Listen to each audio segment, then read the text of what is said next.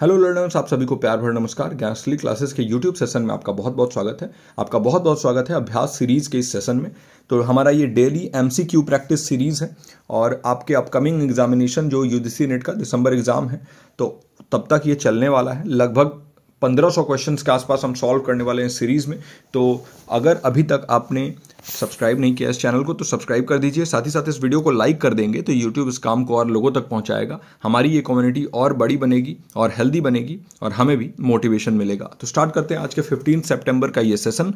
और बहुत अच्छे अच्छे क्वेश्चन यहाँ पर लेके आया हूँ आपके लिए। मिक्स्ड क्वेश्चन रहेंगे, तो बिल्कुल अच्छे से समझते हुए चलते हैं। तो 15 सितंबर का ये सेशन, लेट्स गेट स्टार्टेड।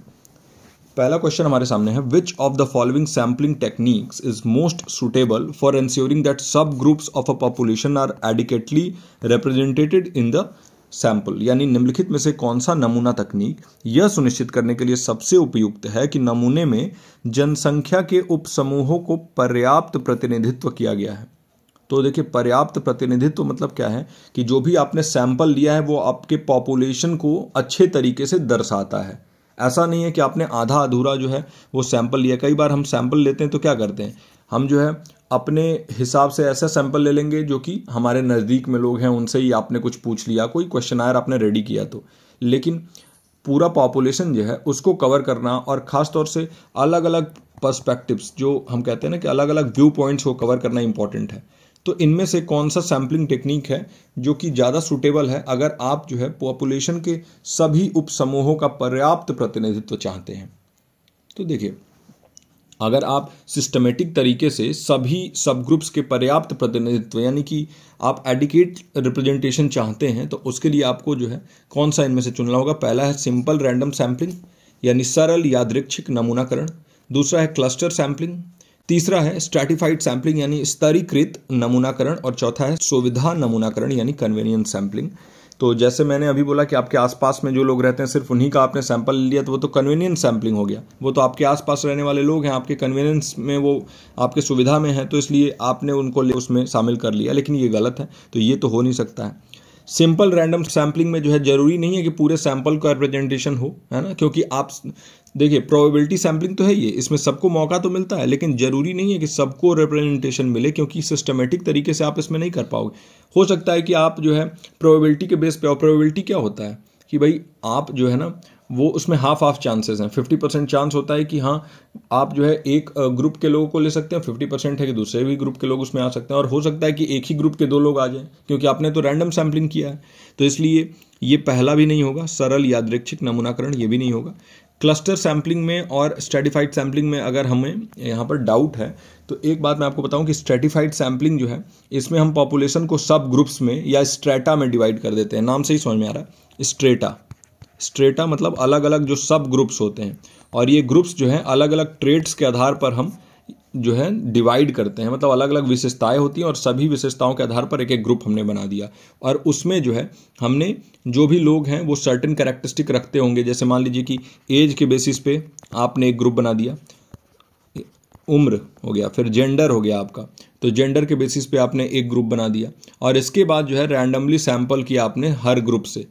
तो इससे क्या होगा कि आपको अच्छे तरीके से सभी उपसमूहों का पर्याप्त प्रतिनिधित्व मिलेगा, और इसीलिए जो स्ट्रैटिफाइड सैम्पलिंग है इसका करेक्ट आंसर हो जाएगा स्तरीकृत नमूनाकरण।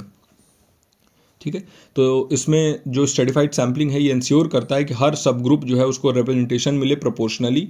सिंपल रैंडम सैम्पलिंग में जो है आप रैंडमाइजेशन करते हो लेकिन प्रोपोर्शनल रिप्रेजेंटेशन मिले ये जरूरी नहीं है, सबको बराबर मौका मिले ये तो होता है, लेकिन सबको जो है वहाँ रिप्रेजेंटेशन मिले, सभी लोग जो है जो लोग अलग अलग विशेषताएं रखते हैं वो शामिल हो जाएं, ये जो है पॉसिबल नहीं है। तो स्तरीकृत नमूनाकरण तीसरा इसका करेक्ट आंसर हो जाएगा। अगले क्वेश्चन चलते हैं। In qualitative research triangulation refers to, बताइए गुणात्मक अनुसंधान में जो त्रिकोणासन का तात्पर्य क्या है, क्या होता है ये ट्राइंगुलेशन। बहुत इंपॉर्टेंट क्वेश्चन है और इससे रिलेटेड क्वेश्चन जो है वो पहले भी आ चुका है।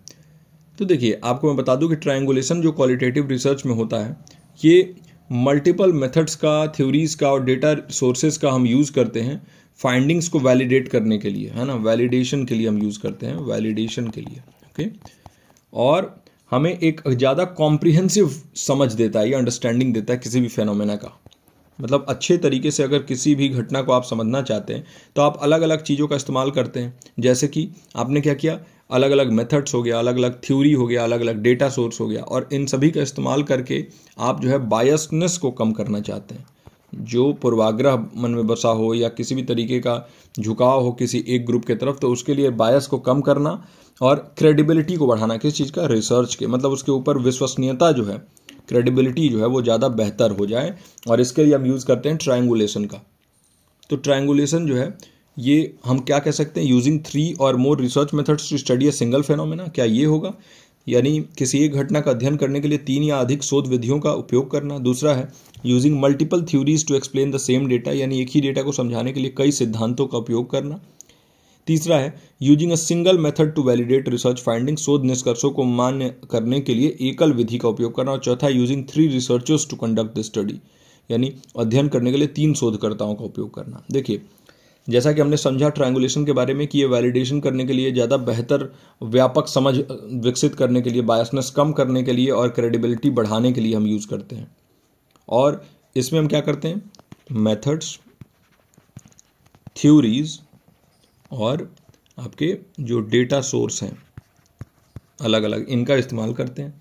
तो इसलिए इसका जो करेक्ट आंसर हो जाएगा वो हो जाएगा यूजिंग 3 और more research methods to study a single phenomena, यानी एक ही घटना को अध्ययन करने के लिए आप 3 या उससे अधिक शोध विधियों का उपयोग करते हैं, ताकि ये बिल्कुल ही सर्टेन हो जाएं आप कि हाँ ये चीज़ जो है वो सही है जो आपने फाइंड आउट किया है। अलग अलग 3 रिसर्चर को आप यूज़ करते हैं, ये बिल्कुल नहीं होगा। सिंगल मेथड को अगर आप यूज़ करेंगे तो फिर वो ट्रायंगुलेशन कहाँ हुआ, है ना, एकल विधि थोड़ी होगा इसमें। और मल्टीपल थ्योरीज सिर्फ नहीं इस्तेमाल करेंगे, बल्कि अलग अलग जो है थ्योरीज को भी, मेथड्स को भी, डेटा सोर्सेज को भी, सबका इस्तेमाल करते हुए। तो पहला इसका सही उत्तर होगा किसी एक घटना का अध्ययन करने के लिए 3 या अधिक शोध विधियों का उपयोग करना। अगला प्रश्न है, किस प्रकार की परिकल्पना यह मानती है कि अध्ययन किए जा रहे चरों के बीच कोई महत्वपूर्ण संबंध या अंतर नहीं है? Which type of hypothesis assumes that there is no significant relationship or difference between the variables being studied? अब बताइए। पहला है दिशात्मक परिकल्पना यानी डायरेक्शनल हाइपोथेसिस, दूसरा है गैर दिशात्मक परिकल्पना यानी नॉन डायरेक्शनल हाइपोथेसिस, तीसरा है शून्य परिकल्पना यानी नल हाइपोथेसिस, और चौथा है वैकल्पिक परिकल्पना यानी ऑल्टरनेटिव हाइपोथेसिस। बताइए कौन से टाइप का हाइपोथेसिस अज्यूम करता है कि कोई भी सिग्निफिकेंट रिलेशनशिप या डिफरेंस नहीं है वेरिएबल्स जिनको हम स्टडी कर रहे हैं उनके बीच में। तो देखिए, अगर आप डायरेक्शनल हाइपोथेसिस के बारे में बात करते हैं तो इसमें आप जो है ना डायरेक्शन दे देते हैं स्टेटमेंट देते समय। हाइपोथेसिस आपको मालूम है ना कि एक स्टेटमेंट होता है और ये हमें हेल्प करता है हमारे रिसर्च में के जो है एक डायरेक्शन देने के लिए, एक हमें जो है दिशा देने के लिए। लेकिन डायरेक्शनल हाइपोथेसिस क्या होता है? फॉर एग्जांपल मैंने एक स्टेटमेंट दिया और उसमें एक दवाई का टेस्टिंग हो रहा है, ड्रग का टेस्टिंग हो रहा है, ठीक है। इसमें मैंने बोल दिया कि जैसे नाम, ड्रग का नाम वाई है, तो ठीक है, तो मैंने बोला कि why drug positively affect patients, है ना, मतलब वाई ड्रग जो है वो पेशेंट्स के लिए जो है बहुत ज़्यादा फायदेमंद है, वो उनको उनके बीमारी से निजात दिला रही है। ये मैंने स्टेटमेंट बना दिया, तो ये तो मैंने एक डायरेक्शन दे दिया ना। तो या तो एक नेगेटिव या पॉजिटिव कुछ भी आप स्टेटमेंट दे रहे हैं उसमें एक डायरेक्शन मिल गया, यानी अब इसको आप भले ही गलत प्रूफ करने के लिए वो करोगे या सही प्रूफ करने के लिए आगे रिसर्च करोगे, लेकिन एक डायरेक्शन दे दिया हमने किसी भी तरीके से जो है न्यूट्रल बात नहीं किया। और यहाँ पर नो सिग्निफिकेंट रिलेशनशिप का मतलब न्यूट्रल बारे में बात कर रहा है कि किसी भी तरफ आपका झुकाव ना हो, न्यूट्रल बात करिए। नॉन डायरेक्शनल हाइपोथेसिस क्या हो गया? तो देखिए, नॉन डायरेक्शनल हाइपोथेसिस में सिंपली आपने स्टेटमेंट दिया लेकिन वहाँ पर डायरेक्शन नहीं दिया। वही ऑल्टरनेटिव हाइपोथेसिस, वैकल्पिक परिकल्पना में और नल हाइपोथेसिस में अगर आपको डाउट आ रहा है तो देखिए, नल हाइपोथेसिस जिसे हम H नॉट से भी दर्शाते हैं, याद रखिएगा, H नॉट, जिसे H और नीचे में एक जीरो छोटा सा लगाते हैं। तो इसमें जो है ना कोई भी स्टैटिस्टिकली सिग्निफिकेंट डिफरेंस या रिलेशनशिप अगर नहीं मिलता है वेरिएबल्स के बीच में, चरों के बीच में कोई भी ऐसा रिलेशनशिप नहीं रहता है, तो हम उसको कहते हैं नल हाइपोथेसिस। ये वो हाइपोथेसिस है जो रिसर्चर्स ट्राई करते हैं डिसप्रूव या रिजेक्ट करने का। रिसर्चर को अपने रिसर्च जो है ना उसको सही प्रूव करना है और उसके लिए ये नल हाइपोथेसिस को जितना हो सके रिसर्चर चाहते हैं कि इसको जो है हम गलत प्रूव कर सकें, क्योंकि ये क्या है, ये एक न्यूट्रल स्टेटमेंट होता है। ऑल्टरनेटिव हाइपोथेसिस के बारे में बात करें तो ये बताता है कि एक सिग्निफिकेंट रिलेशनशिप या डिफरेंस एग्जिस्ट करता है, तो इसे हम कहते हैं ऑल्टरनेटिव हाइपोथेसिस। ओके, तो यहाँ जिस बारे में बात हो रहा है वह है नल हाइपोथेसिस, यानी ये कहता है, अज्यूम करता है कि कोई भी सिग्निफिकेंट रिलेशनशिप नहीं है या डिफरेंस नहीं है वेरिएबल्स के बीच में। जैसे मैंने एक स्टेटमेंट ये ड्रग वाले में ही दे दिया कि मैंने न्यूट्रल दे दिया कि why drug posits no relationship between the patients well being, है ना, ये मैंने दे दिया कि वाई ड्रग जो है उसका कोई रिलेशनशिप नहीं है पेशेंट्स के वेल बींग में, यानी वो काम उल्टा भी काम नहीं कर रहा है, यानी नेगेटिवली भी इंपैक्ट नहीं कर रहा है और पॉजिटिवली भी इंपैक्ट नहीं कर रहा है। तो ये मैंने क्या कर दिया, ये एक न्यूट्रल स्टेटमेंट दे दिया। अब इस स्टेटमेंट को गलत प्रूव करके और अपने ड्रग को सही प्रूव करना रिसर्चर का काम है और वो रिसर्चर करेंगे। तो नल हाइपोथेसिस यानी शून्य परिकल्पना हम इसे कहते हैं। ओके, अब अगला क्वेश्चन हायर एजुकेशन का है और ये है, which of the following institution is responsible for formulating A national education policy in India. बताइए, जो राष्ट्रीय शिक्षा नीति है उसको तैयार करने के लिए कौन सी संस्था जिम्मेदार है। पहला है यूजीसी, दूसरा है एमएचआरडी, यूजीसी यानी यूनिवर्सिटी ग्रांट्स कमीशन, विश्वविद्यालय अनुदान आयोग, एमएचआरडी यानी ministry of human resource development, इसको अब मिनिस्ट्री ऑफ एजुकेशन शिक्षा मंत्रालय के नाम से जाना जा रहा है, याद रखिएगा।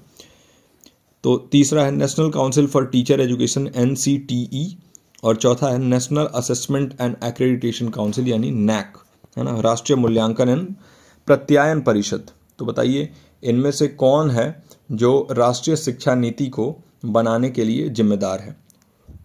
तो देखिए, राष्ट्रीय शिक्षा नीति के बारे में अगर हम बात करें तो अभी ये मिनिस्ट्री ऑफ एजुकेशन हो चुका है, पहले ये ministry of human resource development था, यही इसका करेक्ट आंसर हो जाएगा। मानव संसाधन विकास मंत्रालय या फिर शिक्षा मंत्रालय अब इसका नाम है, मिनिस्ट्री ऑफ एजुकेशन। यही रिस्पॉन्सिबल है नेशनल एजुकेशन पॉलिसी बनाने के लिए। ये पॉलिसी एक फ्रेमवर्क देता है ना, फ्रेमवर्क देता है ये एजुकेशन को हर लेवल पर विकास करने में, डेवलप करने में कंट्री में, हमारे भारत में। और अभी जो सबसे लेटेस्ट एनईपी आया है वो है एनईपी 2020। इसमें बहुत सारी नई नई चीज़ें हुई हैं, है ना।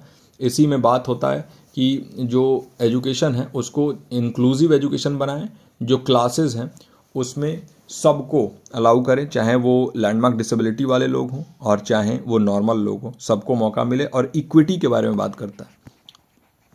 साथ ही साथ इसी एनईपी 2020 में बात होता है ECCE के बारे में, अर्ली चाइल्डहुड केयर एजुकेशन। तो बहुत सारी ऐसी चीज़ें हैं जो कि इसमें बात होती हैं। पर अभी इस प्रश्न के लिए मानव संसाधन विकास मंत्रालय या फिर शिक्षा मंत्रालय इसका करेक्ट आंसर हो जाएगा, है ना। दोनों में से अगर कोई भी आपको ऑप्शन में दिखे तो आप इसको करेक्ट आंसर कर देंगे। अभी ministry of human resource development का नाम चेंज होकर मिनिस्ट्री ऑफ एजुकेशन हो गया है। आगे बढ़ते हैं अगले प्रश्न पे। Which of the following objectives is not included in the vision of the National Knowledge Commission? बताइए निम्नलिखित में से कौन सा उद्देश्य राष्ट्रीय ज्ञान आयोग 2007 के दृष्टिकोण में शामिल नहीं है। पहला है creation of a knowledge society यानी ज्ञानमय समाज का निर्माण, दूसरा है प्रमोशन ऑफ इंक्लूसिव एजुकेशन यानी समावेशी शिक्षा को बढ़ावा देना, तीसरा है enhancing access to knowledge in rural areas यानी ग्रामीण क्षेत्रों में ज्ञान तक पहुंच बढ़ाना, और चौथा है implementation of a compulsory education till the age of 18 यानी 18 वर्ष की आयु तक अनिवार्य शिक्षा लागू करना। तो नेशनल नॉलेज कमीशन जो है इसका एम क्या है, एक नॉलेज सोसाइटी बिल्ड करना, ये तो इसका मेन स्टेटमेंट ही है, creation of a knowledge society. Okay, तो ये तो होगा ही होगा, तो ये इसमें नॉट पूछ रहा है, नॉट इंक्लूडेड, तो ये तो इसका सही आंसर नहीं होगा। फिर इसका एक और है कि भाई जो सोसाइटी है ना उसमें आप पॉलिसी चेंज करिए एजुकेशन के एरिया में, साइंस एंड टेक्नोलॉजी के एरिया में, और इसमें जो है इंक्लूसिव एजुकेशन को आप लाइए यानी समावेशी शिक्षा को इंक्लूड करिए। तो ये भी इसका नहीं होगा क्योंकि ये भी इसमें शामिल है। जो रूरल एरियाज़ हैं उसमें एजुकेशन का एक्सेस बढ़े, है ना, ये भी NKC जिसे हम कहते हैं नेशनल नॉलेज कमीशन, ये भी इसका एक विजन है कि जो ग्रामीण क्षेत्र है, गांव के जो एरिया है वहाँ ज्ञान का पहुँच हो, अलग अलग स्कूल्स खुले, एडवांसमेंट्स हो, तो ये भी नहीं होगा। लेकिन 18 वर्ष की आयु तक अनिवार्य शिक्षा लागू करना ये इसका जो है विजन नहीं है, है ना। और जो कंपलसरी एजुकेशन के बारे में यहाँ बात हो रहा है, it is not part of its objectives. जो NKC ये ज़्यादा फोकस करता है हायर एजुकेशन पे और नॉलेज एक्सेस पे, याद रखिएगा। तो ये इसका करेक्ट आंसर होगा क्योंकि नहीं है पूछा है। ओके, अगले क्वेश्चन पे चलते हैं। अब बताइए, बहुत ही सिंपल क्वेश्चन है और इसके क्वेश्चन में ही आंसर छुपा हुआ है। बताइए कि who was the chairperson of the Kothari commission. 1964 to 66 में ये आया था कोठारी कमीशन, और इसने ही रिकमेंड किया था 10+2+3 सिस्टम, जो अभी तक चलता हुआ आ रहा था, है ना। और मैं आपसे एक और सवाल पूछता हूँ, नीचे कमेंट में मुझे जवाब चाहिए कि बताइए इस 10+2+3 वाला जो सिस्टम है, इसको रिप्लेस करके अब नया कौन सा सिस्टम बनाया गया है। तो ये आप जो है लाइव चैट में नहीं, कमेंट में जाके नीचे कमेंट करिए। वीडियो एंड होने के बाद आप कमेंट कर सकते हैं। अभी के लिए ये लिख के रख लीजिए कि जो ये 10+2+3 वाला सिस्टम था, इसको अब रिप्लेस कर दिया गया है और अब नया सिस्टम लाया गया है NEP 2020 में। तो कौन सा नया सिस्टम है जो रिप्लेस कर रहा है 10+2+3। 10+2+3 क्या है? 10 मतलब हाई स्कूल तक आप पढ़ाई करते थे, +2 मतलब इंटर हो गया, और +3 मतलब ग्रेजुएशन हो गया। अब इसको रिप्लेस कर दिया गया है और अब एक नया सिस्टम बनाया गया। बताइएगा नीचे कॉमेंट सेक्शन में जरूर। पहला ऑप्शन है यहाँ पर डॉक्टर सर्वपल्ली राधाकृष्णन, दूसरा है A लक्ष्मण स्वामी मुदलियर, तीसरा है DS कोठारी और चौथा है जाकिर हुसैन। तो देखिए इसके नाम से ही पता चल रहा है कि चेयरपर्सन कोठारी कमीशन का, यानी कोठारी कमीशन जब है तो उसके चेयरपर्सन कौन होंगे? DS कोठारी, है ना। तो इसका करेक्ट आंसर हो जाएगा DS Kothari. Kothari commission 1964 to 66 में आया था, आपको पता है, और इसको DS कोठारी ने ही चेयर किया था, और इसमें ही 10+2+3 वाला स्ट्रक्चर रिकमेंड किया गया था सेकेंडरी और हायर एजुकेशन के लिए। ये एक बहुत ही इंपॉर्टेंट स्टेप था एजुकेशन को स्टैंडर्डाइज करने के लिए इंडिया में। पहले जो है कोई स्टैंडर्डाइजेशन नहीं था, हर स्टेट अपना अपना नियम कानून फॉलो कर रहा था, लेकिन इसको स्टैंडर्डाइज करने के लिए जो है ये एक बहुत इंपॉर्टेंट कमीशन था। पूरे कंट्री में ये सिस्टम लागू हुआ, इससे जो गुणवत्ता है, जो क्वालिटी है एजुकेशन की, वो भी बेहतर बनी। तो ये है कोठारी कमीशन। अब अगला प्रश्न हमारा, और ये पीपल डेवलपमेंट एंड एनवायरनमेंट का प्रश्न है। The Montreal protocol focuses on the protection of which of the following. बताइए मॉन्ट्रियल प्रोटोकॉल निम्नलिखित में से किसके संरक्षण पर केंद्रित है। एक चीज़ आप ध्यान देते होंगे कि मैं हर रोज किसी ना किसी प्रोटोकॉल या समिट का एक क्वेश्चन ले आता हूं, क्योंकि मैं चाहता हूं कि जब हमारा ये प्रैक्टिस सेशन एंड हो और आपका एग्जामिनेशन आए तो आपका ये प्रोटोकॉल, समिट्स, ये सारे ही चीज़ बिल्कुल क्लियर हो जाए, है ना। सस्टेनेबल डेवलपमेंट का भी एक लर्नर का रिक्वेस्ट आया था कि सर पूरा सस्टेनेबल डेवलपमेंट हमें पढ़ा दीजिए। तो ऑलरेडी चैनल पे मैंने बताया हुआ, पढ़ाया हुआ है, आप सर्च कर लीजिए, और दोबारा भी मैं करा दूंगा, उसमें कोई प्रॉब्लम मुझे नहीं है। तो मॉन्ट्रियल प्रोटोकॉल का फोकस पूछ रहा है, पहला है जैव विविधता यानी बायोडाइवर्सिटी, दूसरा है ओजोन परत यानी ओजोन लेयर, तीसरा है लुप्त प्राय प्रजातियां यानी एंडेंजर्ड स्पीसीज, और चौथा है मीठे पानी का पारिस्थितिकी तंत्र यानी फ्रेश वाटर इकोसिस्टम। किसके ऊपर फोकस करता था मॉन्ट्रियल प्रोटोकॉल? और आपसे एक और क्वेश्चन मैं पूछता हूं यहां पर, बताइए कि मॉन्ट्रियल प्रोटोकॉल आया था किस साल में, कौन से ईयर में आया था? मुझे तो पता है, अभी बता दूंगा, लेकिन आप भूल जाओगे। लेकिन अगर आप कमेंट में जाके लिखते हो तो चीज़ों को ज़्यादा दिनों तक याद कर पाओगे। तो वीडियो एंड होने के बाद कमेंट में लिखना, ताकि वो कमेंट सबको दिख सके, लाइव चैट में मत लिखना, ओके। तो अब आपको जो है बताना है कि ये 1900 समथिंग में आया था, तो किस 1900 किस ईयर में आया था, आप बताना है आपको। पहला है बायोडाइवर्सिटी, दूसरा ओजोन लेयर, तीसरा एंडेंजर्ड स्पीसीज और चौथा है fresh water ecosystem. Montreal protocol जो है ना, ये ओजोन लेयर से संबंधित था, है ना। ये एक इंटरनेशनल ट्रीटी डिजाइन किया गया था ओजोन लेयर को प्रोटेक्ट करने के लिए, और one of the most successful treaties या one of the most successful protocol इसको माना जाता है ना। हम इसमें एम कर रहे थे जो प्रोडक्शन और कंजम्पशन है सब्सटेंसेस का, जो कि आपके ओजोन डिप्लीशन में हेल्प करती थी, मतलब उसको ज़्यादा डिप्लीट कर रही थी, ओजोन लेयर में छेद कर रही थी। तो वैसे सब्सटेंसेस को हम फेज आउट करें धीरे धीरे करके, और ये बहुत ही सक्सेसफुल रहा, है ना। कौन सी चीज़ें हैं जो ओजोन लेयर को डिस्ट्रॉय कर रही थी? तो वो है CFCs, क्लोरोफ्लोरोकार्बन। इसके ऊपर भी एक क्वेश्चन लेके आया हूँ, तो ज़रूर देखिएगा। अभी देखते हैं आगे।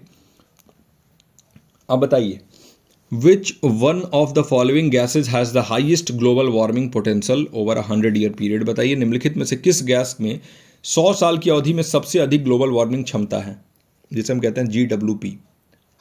पहला है कार्बन डाइऑक्साइड, दूसरा है मीथेन, तीसरा है नाइट्रस ऑक्साइड और चौथा है क्लोरोफ्लोरोकार्बन्स। तो देखिए अगर हम 100 ईयर पीरियड के बारे में बात करें तो क्लोरोफ्लोरोकार्बन इसका करेक्ट आंसर होगा। क्लोरोफ्लोरोकार्बन्स के पास सबसे ज़्यादा पोटेंशियल है ग्लोबल वार्मिंग करने का, और ये निकलती कैसे हैं? आपके फ्रिज जिसे आप कहते हैं, रेफ्रिजरेटर, है ना, उससे ये निकलते हैं, आपके एयर कंडीशनर्स से निकलते हैं, है ना, chlorofluorocarbons. Highest global warming potential के साथ आने वाले ये क्लोरोफ्लोरोकार्बन जो है ना, ये कार्बन डाइऑक्साइड, मीथेन और नाइट्रस ऑक्साइड, इन तीनों से ही ज़्यादा इसका पोटेंशियल है, global warming potential. Carbon dioxide का फॉर्मूला क्या होता है? CO2। मीथेन का क्या होता है? CH4। और नाइट्रस ऑक्साइड का क्या होता है? N2O, है ना। और इसका CFCs तो लिखते ही हैं, तो ये भी हो गया। CFCs जो है ना, ये एटमॉस्फेयर में बहुत लंबे समय तक, लंबे अवधि तक रह सकते हैं, लॉन्ग टाइम तक ये रहते हैं, और ये ट्रैप कर सकते हैं हीट को। ट्रैप कर सकते हैं क्या? हीट, बहुत लंबे समय तक। और इससे क्या है कि जो पृथ्वी का तापमान है वो बढ़ेगा, ग्लोबल वार्मिंग होगा। तो इसीलिए हमें कहा जाता है कि AC का इस्तेमाल बहुत कम करिए, और फ्रिज जो है उसको भी आप कम पावर पे ही रख सकते हैं। और इसके साथ साथ जो है जितना हो सके कोशिश करिए कि आप बिजली भी बचा सकें, कम से कम इस्तेमाल करिए इन चीज़ों का। अब अगला क्वेश्चन है, बताइए which one of the following is not an example of anthropogenic activities. Anthropogenic activities क्या होता है? तो ऐसे गतिविधियां जो मानव जनित हैं, जो ह्यूमंस करते हैं। जैसे आप इंडस्ट्री सेट करते हैं तो इंडस्ट्री से पॉल्यूशन होता है, वो क्या है? वो एक एंथ्रोपोजेनिक एक्टिविटीज़ है ना। तो इनमें से कौन सा एक नहीं है एग्जाम्पल एंथ्रोपोजेनिक एक्टिविटीज़ का जो कि इन्वायरमेंटल डिग्रेडेशन को कंट्रीब्यूट करता है, उसको डिग्रेड करने के लिए? देखिए, इन सभी का जो है एक ही काम है कि वो इन्वायरमेंट को डिग्रेड कर रही हैं, पर्यावरण को क्षरण कर रही हैं, उसको नुकसान पहुंचा रही हैं। लेकिन इनमें से 3 ऐसे हैं जो मानव जनित हैं और एक ऐसा है जो मानव जनित नहीं है। तो बताइए कौन सा है? पहला है इंडस्ट्रियल पोल्यूशन। अभी हमने बात किया औद्योगिक प्रदूषण, तो ऑफकोर्स एंथ्रोपोजेनिक ही है, ह्यूमन कॉज ही है, ह्यूमन ने ही इंडस्ट्री सेट किया, उससे ही पोल्यूशन हो रहा है। तो ये इसका सही उत्तर नहीं होगा, नॉट पूछा है। फिर नेचुरल फॉरेस्ट फायर, ये क्या है?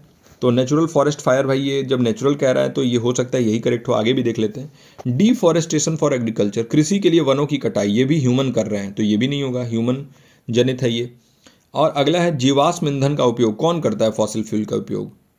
ह्यूमन ही तो करते हैं, तो ये भी नहीं होगा। तो यानी इसका करेक्ट आंसर होगा नेचुरल फॉरेस्ट फायर। देखिए, जंगल में जो है आग खुद ब खुद भी लग जाता है, कई बार बहुत ज़्यादा हीट होता है, और इस हीट की वजह से क्या होता है, आपस में अगर हवा चलता है, पेड़ टकराते हैं, तो चिंगारी थोड़ी सी निकलेगी और थोड़ी सी चिंगारी जो है पूरे जंगल में आग लगा देगी। तो ये नेचुरल फॉरेस्ट फायर्स हैं और ये नेचुरल कॉज से ही होते हैं, ये ह्यूमन कॉज नहीं होता है। और इसीलिए इसका करेक्ट आंसर होगा प्राकृतिक जंगल की आग। ये एक एग्जाम्पल नहीं है ह्यूमन कॉज्ड एक्टिविटीज़ की, यानी एंथ्रोपोजेनिक एक्टिविटीज़ की।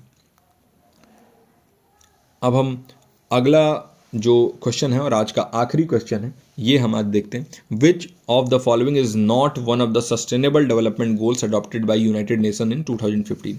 तो आपको याद है कि मिलेनियम डेवलपमेंट गोल्स जो थे MDG, ये सन 2000 में आए थे। इनका लक्ष्य था 2015 तक, 2015 साल का लक्ष्य था। और इसके बाद इन्हीं के सक्सेसर के रूप में, इन्हीं के जो है अगला वर्जन हम कह सकते हैं, वो आया SDG। SDG ज़्यादा कॉम्प्रीहेंसिव था, है ना, और अभी भी है, चल रहा है। 15 साल का लक्ष्य इसका भी है, ये ज़्यादा व्यापक है और बहुत सारे अलग अलग मुद्दों को ये कवर करता है ना। MDG के मुकाबले यहाँ पर जो है सस्टेनेबल डेवलपमेंट में 17 गोल्स हुआ करते थे। अब ये पूछ रहा है कि बताइए इनमें से कौन सा एक गोल नहीं है SDG का, यानी सस्टेनेबल डेवलपमेंट गोल का। पहला है जेंडर इक्वालिटी, यानी लैंगिक समानता। दूसरा है जीरो हंगर, यानी शून्य भूख। तीसरा है ग्लोबल इकोनॉमिक ग्रोथ, यानी वैश्विक आर्थिक विकास। और चौथा है सस्ती एवं स्वच्छ ऊर्जा, यानी अफोर्डेबल एंड क्लीन एनर्जी। तो एक बात याद रखिए, जेंडर इक्वालिटी और जीरो हंगर। तो जीरो हंगर तो सबसे जो है पहले ही 2-3 में ही आ जाता है, ये जीरो हंगर जो आपका हो गया, है ना। और इसके बाद जो गरीबी वाला, पावर्टी वाला जो पॉइंट था वो तो पहले ही आता है, तो ये तो होगा ही होगा। जेंडर इक्वालिटी के बारे में बात होता है सस्टेनेबल डेवलपमेंट में, है ना। तो सस्टेनेबल डेवलपमेंट स्पेसिफिकली फोकस करता है किस चीज़ पे? यही जेंडर इक्वालिटी, हंगर को कम करना, यानी भूखमरी को कम करना, गरीबी हटाना, अफोर्डेबल और क्लीन एनर्जी प्रोवाइड करना देश तक। लेकिन इकोनॉमिक ग्रोथ को लेके ये कोई बात नहीं करता है, वैश्विक आर्थिक विकास के बारे में कोई इसका जो है स्पेसिफिकली फोकस नहीं होता है। ये एम्फेसाइज करता है सस्टेनेबल और इंक्लूसिव, समावेशी तरीके से इकोनॉमिक ग्रोथ हो।